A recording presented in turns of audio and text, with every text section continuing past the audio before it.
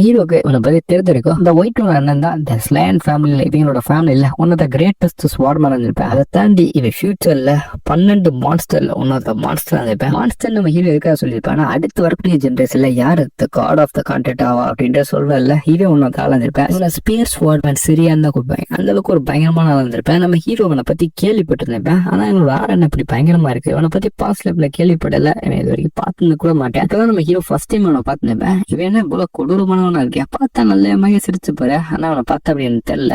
இவனுக்குள்ள இருக்கக்கூடிய அந்த negative energy அந்த ஆறா பார்க்கல எனக்கு அவட்டது வர மாதிரி தான் இருக்குன்னு சொல்லி யாரும் இவனை கொண்டானோ அந்த ராபர்ட் கொண்டிருப்பல அவன்கிட்ட வரக்கூடிய ஒரு ஆறா எனர்ஜி மாதிரி தான் இருக்குது சொல்லி நம்ம ஹீரோ சொல்லிப்பேன். அதே சமயம் இங்கே பொண்ணு பயந்த மணிக்கு இருப்பால, ஆமா நம்ம ரெண்டே சேர்ந்தே போலாம் உடனே நான் பில்டிங் வரைக்கும் இருக்குன்னு சொல்லி நம்ம ஹீரோ இந்த பொண்ணை சேஃபா அவட வீட்டுக்கு அனுப்பி குதிரை வண்டி வரைக்கும் இருந்திருப்பேன். அந்த பொண்ணு போயில பேர் தேங்க்ஸ்ன்னு சொல்லி இருந்திருப்பா. அவள் வாயில இருந்ததுன்னா அவ்வளவு சீக்கிரமாலாம் வராது. இந்த பொண்ணு பயந்த மணிக்கு அப்படியே வீட்டுக்கு போயிருப்பா. இப்ப வீட்டுக்கு போனதுக்கு அப்புறமும் நினைச்சு பார்த்திருப்பா. அவ ரொம்ப டிராமடைஸ் ஆயிப்பா. அவளுக்கு இப்ப நமக்கு என்ன இருந்துச்சு அப்படின்றத காட்டுறாங்க. அவ சின்ன வயசு அதிகள ஒரு அணில் வளர்த்துப்பா. அந்த அணில் இவளை காயப்படுத்தினிக்கும். ஏன் காயப்படுத்துனா அது அம்மா அணில் ஒரு சின்ன குழந்தைய தொட்டனாலதான் அது என்னை காயப்படுத்து. இதெல்லாம் ஒரு பெரிய விஷயம் கிடையாது. நீ இருக்கிற இந்த அளவுக்கு கோவப்பட்டுக்கிட்டு இருக்கேன்னு சொல்லல. இங்க இருக்கக்கூடிய அண்ணன் கொஞ்ச நேரத்துல அந்த அணில கொண்டு போயிருப்பேன். எந்த அணில் இவளை காயப்படுச்சோ அந்த அணிலை கொண்டு போயிருப்பேன். நான் சொல்ற தெளிவா கேட்டுக்க. யார் உன்னை காயப்பட்டால் அவனை சும்மா பட மாட்டேன். அதை தாண்டி நீ எப்பயுமே காயப்படாம டேஞ்சரஸான விஷயத்துல மாட்டிக்கிறாம பத்திரமா பாதுகாப்பா இருக்கணும். அதான் எனக்கு முக்கியம். ஏன்னா நீ என்னோடய அதனால நீ எப்பயுமே சேஃபா இருக்குன்னு சொல்லல. இப்பதான் இதை அம்மா அப்பாட்ட நீ சொன்னா அவங்களே நான் கொண்டுவேன். எனக்கு ஃபேமிலியே தேவையில்ல. எல்லாத்தையும் நான் அழிச்சிருவேன். உன்னைய மட்டும் தான் விட்டு வைப்பேன். நீ மட்டும் தான் எனக்கு வேணும். மித்த எல்லாத்தையும் அழிச்சிருன்னு சொல்லி இவன் எப்படி பேசிக்கிட்டு இருப்பேன். இவன் உண்மையில சொந்த நந்தான்ற மாதிரி நமக்கே டவுட் இருந்திருக்கும். இப்ப மட்டும் நீ இது எல்லாத்தையும் வாயத்தோட சொல்றேன்னா எல்லாத்தையும் அழிச்சிருவேன்னு இவன் மாட்டி இருப்பேன். இதனாலதான் அந்த பொண்ணு அப்பையில இருந்து சைலண்டா இருப்பா. இப்ப வாயத்திலிருந்து யாருக்காச்சும் காயம் ஏற்பட்டுச்சுன்னா அதனால ரொம்ப நல்லா அமைதியாவே இருந்திருப்பா. வாயை திறக்காம இருந்திருப்பா. இவன் இப்படியே தனிமையில வாழ்ந்துட்டு இருப்பா. தனிமையில எவ்வளவு வலியோட வாழ்ந்துகிட்டு இருந்திருப்பா. அப்பதான் நம்ம ஹீரோவை பாத்துருப்பா. நம்ம ஹீரோ கிட்டத்தட்ட இவ்வளவு மாதிரிதான் அவனுக்குள்ள என்ன இருக்குன்னு இவரால தெரிஞ்சுக்க முடியாது. ஆனா சுத்தி இருக்கவங்க எல்லாமே அவனை ரொம்ப கேவலமோ அசிங்கமாவோ பார்த்துருப்பாங்க. ஆனா அது அப்படியே கம்ப்ளீட்டா சேஞ்ச் பண்ணிப்பேன். இப்ப எல்லாருமே உன்னை பாராட்டுற அளவுக்கு ஒரு மிகப்பெரிய பொசிஷன்ல இருந்திருப்பேன். இவன் ரொம்ப ஸ்ட்ராங் ஆனதுனாலதான் இந்த அளவுக்கு எல்லாத்தையும் மாத்திருக்கேன். அப்ப நம்மளும் ஸ்ட்ராங்கா இருந்தோம்னா இந்த மாதிரி எல்லாத்தையும் மாத்திடலாம்னு சொல்லி அவன் நினைச்சிருந்துப்பா. அன்டில் இந்த அண்ணன் திரும்ப வர்ற வரைக்கும் அவனை திரும்ப பாக்குற வரைக்கும் அவன் இன்னுமே சேர்ந்தால இனிமே அப்படியேதான் இருக்கேன். என்னால எதுவுமே பண்ண முடியாது இல்லை. இவ கதறி ஃபீல் பண்ணி அழுதுருப்பா. இவளுக்காண்டி பிடிக்க வேணா அந்த அண்ணன் சாக்லேட் ஐஸ்கிரீமே கொண்டாந்துருப்பேன். நம்மளுக்கு நம்ம இதை கொஞ்சம் ஏற்றுக்கிட்டு தான் தெரியல. இப்பதான் இவங்களுக்கான ஸ்பெஷல் ட்ரைனிங் அந்த ஸ்பெஷல் பேட்டில் அதுக்காக இவங்க சவுத் சைடு வந்திருப்பாங்க. அங்கே ஒரு எஸ்டேட்டுக்கு தான் இவங்க வந்திருப்பாங்க. இவங்க டைமென்ஷனல் ரிஃப்ட் மூலியமா தான் அந்த ஒரு இடத்துக்கு வந்திருப்பாங்க. இந்த மாதிரி போர்ட்டல்லாம் இவங்க கிங்டத்துல இருக்கும் போலக்கு இந்த கிங்டத்துல இருக்கக்கூடிய இந்த டைமென்ஷனல் போர்ட்டல் மூலமா இவங்க டக்குன்னு டிராவல் பண்ணி இந்த ஒரு இடத்துக்கு வந்திருப்பாங்க. எல்லாமே டயர்டா இருந்திருப்பாங்க. நீங்க இந்த டைமென்ஷனல் கேட்வேக்குள்ள வந்தனாலதான் ரொம்ப டயர்டா இருப்பீங்கன்னு தெரியுது. அதனால இந்த எஸ்டேட்ல நீங்க நம்ம தங்கிக்கலாம். தங்கிக்கிறது மட்டும்தான் இன்னைக்கான கடைசி பிரேக்கா இருக்கும். அதுக்கப்புறம் அவங்களுக்கு எந்த பிரேக்கும் கிடையாது. இந்த மிஷின் ஆரம்பிச்சதுன்னா எல்லாமே சுறுசுறுப்பா இருக்கணும். எந்த பிரேக்கும் கிடையாது. ஏன்னா நம்மளாம் ஜெய்கட் அந்த ஸ்வாட் மேனு. அதனால நமக்கு ரெஸ்டே இருக்கக்கூடாது. நம்மளோட மிஷின்ல தான் குறிக்கோட இருக்கணும்.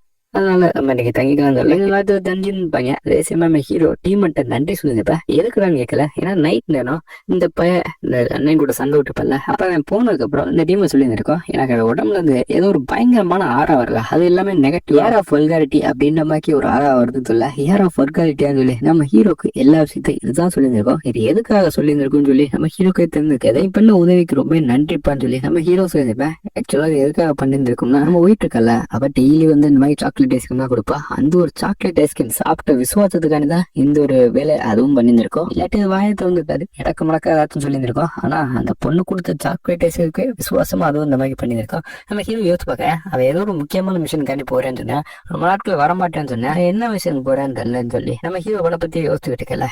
உன் பாடியை மட்டும் என்கிட்ட கொடுத்துரு, நான் அந்த பயலை போட்டு தள்ளிட்டு அதுக்கப்புறம் அந்த பாடியை ஒன்டே ரிட்டர்ன் கொடுத்துருன்னு சொல்ல என்ன சொல்ற ஏதாவது சும்மா ஜோக் தானே சொல்ல சேச்சா அதுக்கு ஜோக் தான் சொல்ல போறேன். அந்த பொண்ணு எனக்கு கொடுத்த ஐஸ்கிரீம்க்கு நான் விசுவாசமானவன்டா. அதுக்காண்டி அவளுக்கு நான் என்ன வேணா பண்ணுவேன். இது ஒரு சின்ன விஷயம் தான். இது ஒன்றும் பிரச்சனை கிடையாது இல்ல.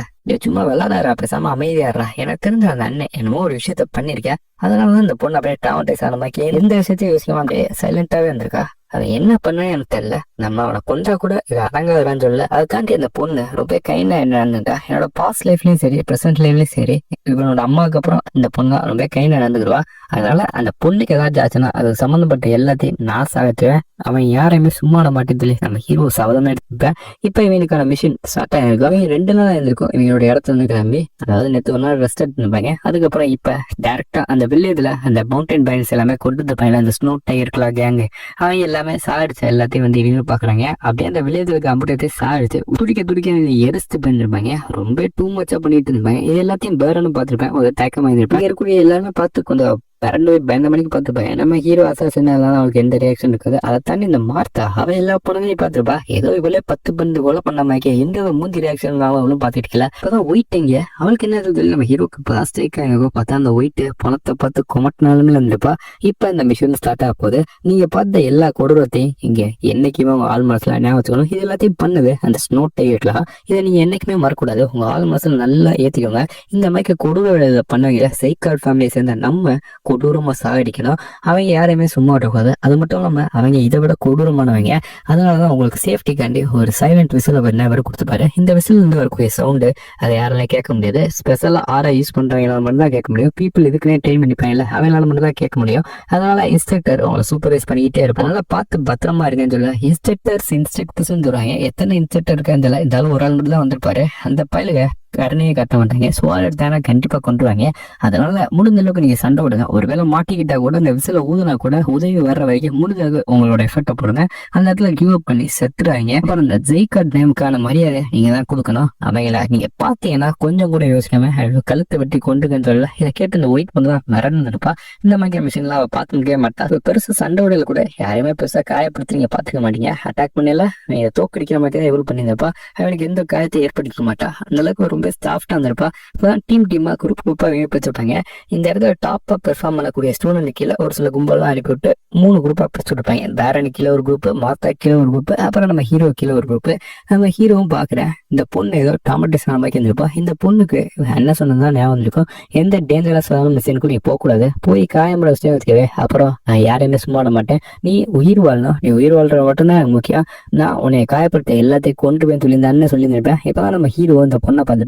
இந்த பொண்ணு இப்படி மிரண்டு போன நிலைமை இருந்திருப்பான்ல. அதனால ஏன் கூட ஆமா நம்ம டீம் ஆயிக்கிறோம்னு சொல்லி இவங்க 2 பேரும் கம்மிருப்பாங்க. எடுத்தாப்புல மவுண்டைன் இருக்கும். இந்த மவுண்டைனுக்குள்ள தான் அவங்க கண்டிப்பா ஹைட் பண்ணிப்பாங்க. நம்ம ஹீரோ அசாசின் ஸ்கில்ல யூஸ் பண்ணிப்பேன். Assassin sense. அதனால கண்டிப்பா இந்த மாதிரி உயரமான இடத்துல தான் போய் ஹைட் பண்ணிப்பேன். ஏன்னா அங்க இருந்து பார்க்கல கீழே இருக்க எல்லாமே தெரியும். யார் வர்றா எங்க போறாங்க எல்லாத்தையும் என்னால பார்க்க முடியும். அதுக்காண்டி இந்த மாதிரி கில்லர்ஸ் இந்த மாதிரி பேண்டிட்ஸ் எல்லாமே இந்த மாதிரி இடத்துல தான் வளர்ந்துருப்பாங்க. அதனோட ப்ரெசன்ஸ் இங்க கண்டிப்பா யாருக்குமே தெரியாத ஒரு இடத்துல தான் வளர்ந்துட்டாங்க. நம்ம கீழே இருந்தோம்னா அவங்களுக்கு தான் அட்வான்டேஜா போயிடும். நம்ம மேல போனாதான் அவங்கள பிடிக்க வசதியா இருக்கும் சொல்லி நம்ம ஹீரோ இந்த இடம் சரிபட்டு வருது. நம்ம கண்டிப்பா வேற ஒரு இடத்துல தான் போகணும். அதை தாண்டி அவங்க கண்டிப்பா அந்த மாதிரி ஒரு ட்ரையல் நடக்க போகுதுன்றத முன்னாடியே தனித்து இருப்பாங்க. இங்க ஆட்கள் வந்து அவங்களுக்கு கண்டிப்பா தந்திருக்கும். அவங்கள சாதிக்க போறதும் அவங்களுக்கு கண்டிப்பா தந்திருக்கும். அதுக்கு அவங்க பார்த்துட்டு சும்மாலாம் இருக்க மாட்டாங்க. அவங்க இதை விட பயங்கரமான விஷயம் ஏதாச்சும் பண்ணிக்கிட்டு இருப்பாங்க. நம்ம டேரக்டா இங்க இருந்து கிளம்பணும். இது பார்க்கல பக்காவா விசிபிளா இருக்கு. இந்த மாதிரி டெரன்ல நம்ம நிக்க கூடாதுன்னு சொல்லி நம்ம ஹீரோ நம்ம இந்த இடத்துல இருக்கலாம். நம்ம அந்த மவுண்டன் மேல போறோம் அப்படின்னு சொல்லி நம்ம ஹீரோ இந்த பொண்ணை கூட்டிட்டு போயிருப்பேன். இந்த பொண்ணு தயக்கமாவே இருந்திருப்பா. பார்த்தாலே தெரியுது நீ அவளுக்கு அக்கறை காட்டுறேன்னு சொல்லி. அதனால அவள்கிட்ட என்னன்னு கேட்டுறா அப்படின்னு சொல்லி டீமன் ஒரு அட்வைஸை கொடுத்துருக்கான். எனக்கு என்ன சொல்றேன்னே தெரியல. இது ஃபேமிலி மேட்டர் வருது. நான் அதுல எல்லாம் தலையிடக்கூடாது. ஆக்சுவலா உன்னோட அம்மாட்டே எந்த விஷயத்தையும் கேட்டுருக்க மாட்டேன். எப்படி நான் அந்த பொண்ணுகிட்ட கேட்கறது என்ன அட்வைஸை கொடுக்குறேன்னு சொல்லி இந்த பையன் தயக்கத்தோடு வந்து இருந்துப்பேன். அந்த பொண்ணா வந்து என்கிட்ட சொன்னா மட்டும்தான் என்னால அதை கொஞ்சம் ஃபிக்ஸ் பண்ண முடியும். பாப்போம் என்ன இருக்குன்னு சொல்லி நம்ம ஹீரோ தயக்கத்தோடு வந்துருப்பேன். அதே சமயம் இவங்க வந்து பாக்குறாங்க. வந்து பார்த்தா அந்த இடத்துல ஃபாரஸ்ட் மாதிரி இருக்கும். அந்த மவுண்டெயின்குள்ளே ஃபாரஸ்ட் மாதிரி போயிட்டு இருக்கும். அப்ப இதுதான் அவங்க பதுங்குறதுக்கு பயங்கரமான பக்கவான இடமா இருக்கும். இந்த இடத்துல அவங்களோட ட்ரெஸஸ் எதுவுமே இருக்காது. இது மூலமா அவங்க சேஃபா அந்த இடத்துல இருந்து காரணம். ஒரு சாதாரண ஹண்டரா இருந்தா இந்த இடத்துல எதுவுமே இல்லைன்னு சொல்லி ஏமாந்து இந்த இடத்த விட்டு பின்னோக்கி போயிருந்திருப்பாங்க. ஆனா சாதாரண ஹண்டருக்கு இனிமேக்கு அசாசனுக்கு கிடையாது சொல்லி நம்ம ஹீரோனோட அசாசன் ஸ்கில்ல யூஸ் பண்ற ஒரு அசாசின் ஆகிறதுக்கு தகுதி வந்து இப்போ எடுத்தோன்னா போய் கொல்றது மட்டும் இல்ல, அவங்களை கொல்றது மட்டும் அசாசின் ஆக தகுதி கிடையாது. ஒரு அசாசனுக்கு ட்ரேசிங் பண்ற சென்ஸோ இன்டெலிஜென்ஸ் கேதர் பண்ற ஸ்கில்லு வேணும். அந்த ஒரு ஸ்கில் நம்ம தான் ஒரு பெஸ்டான அசாசனா இருக்க முடியுது இல்லை. நம்ம ஹீரோ கால் தடங்கள் எல்லாத்தையும் செக் பண்ணி பார்த்துப்பேன். என்னதான் அவங்க கால் தடத்தை அழிச்சிட்டு போயிருந்தாலுமே நம்ம ஹீரோ ட்ரேஸ் பண்ணி பாக்குறேன். முடிஞ்ச அளவுக்கு அவங்க இந்த ஒரு டைரக்ஷன்ல தான் இருப்பாங்க. அவங்களோட பேஸே இந்த ஒரு இடத்துல தான் இருக்கும்னு சொல்லி நம்ம ஒயிட் அவ்வளவு ரெடியா இருக்க சொல்லிப்பேன். பேசாம அமைதியா சைலண்டா வாமா என்ன ஃபாலோ பண்ணி வாமான்னு இல்ல. கரெக்டா அந்த இடத்துல இவங்க ட்ராப் போய் செட் பண்ணி வச்சிருந்தாங்க. கண்டிப்பா எங்களோட பேஸ் பக்கத்துல இருக்கு. அப்ப நான் மட்டும்தான் எல்லாரும் ட்ராப்ல செட் பண்ண முடியும் சொல்லி நம்ம ஹீரோ அந்த இடத்த நோக்கி வந்திருப்பேன். அந்த இடத்தோட என்ட்ரன்ஸ் ஒன்று வாட்ச் பண்ணி பார்க்க பார்த்தா அந்த இடத்துல யாரோ இருக்கிற மாதிரி இருக்கும். ஒரு சின்ன பையனை தான் இவங்களும் பிடிச்சி வச்சிருப்பாங்க. இவனை ஒரு பலியாட் மாதிரி ஹாஸ்டேஜ் மாதிரி இவங்களும் பிடிச்சி வச்சிருப்பாங்க. ஒரு 2 பேரும் பக்கத்துல பாதுகாப்பு பண்ணி இருப்பாங்க. இவங்க தான் அந்த mountain bandits snow tiger travels சேர்ந்தவங்க. இவங்க இந்த ஒரு இடத்துல வந்துருப்பாங்க. இவங்க 2 பேரும் கொஞ்சம் கேஷுவலா வந்துருப்பாங்க. லோ லெவல் ஃபைட்டர்ஸா இருக்கும். நம்ம ஹீரோ நோட் பண்ணிப்பேன். இதை தாண்டி பக்கத்துலேயே ஒரு 10 மணிக்கு இருந்திருப்பேன். அவன் இந்த ஹாஸ்டல் பக்கத்தில் தான் இருப்பேன். அவனை பக்கத்தில் அவன் கத்தி இருக்கிறதே வாழ்ற கண்ணி தான் இருக்கு. அது கொஞ்சம் டஃப்பாக இருப்பேன்னு நினைக்கிறேன்னு சொல்லி நம்ம ஹீரோ இன்னுமே உள்ள நிறைய ஆட்கள் இருக்கிற வாய்ப்பு இருக்கு. உள்ள இருக்க எல்லாமே ரெஸ்ட் எடுத்துருப்பாங்க. எப்படி ஒரு ஹாஸ்டேஜை வெளியில வச்சுட்டு ஒரு 3 பேர்த்த மட்டும் காவலுக்கு போட்டுட்டு உள்ள எல்லாருமே விட்டுட்டு வெளியில போயிருப்பாங்க. கண்டிப்பா உள்ளுக்குள்ள எக்கச்சக்கமாக இருப்பாங்க.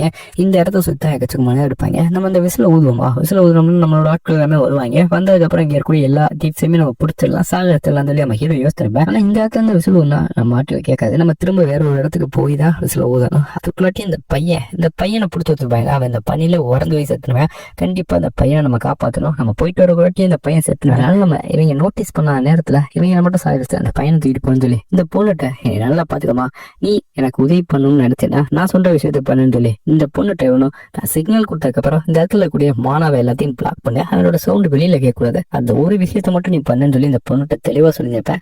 இந்த பொண்ணு நான் பண்றேன்னு சொல்லியிருப்பேன். பக்கத்துல போய் டக்குன்னு இந்த இடத்துல கூடிய சவுண்ட் எல்லாத்தையும் பிளாக் பண்ணிப்பா. இவன் எடுத்து ஷாக்கு, என்ன ஒரு 6 யூசர் இந்த இடத்துல இருக்கா, நம்மளோட வாய்ஸ் இருந்து வெளியில கேட்க மாட்டேன்னு சொல்லி அந்த 2 லோ லெவல் ஃபைட்டர் ஷாக்கா இருந்திருப்பாங்க.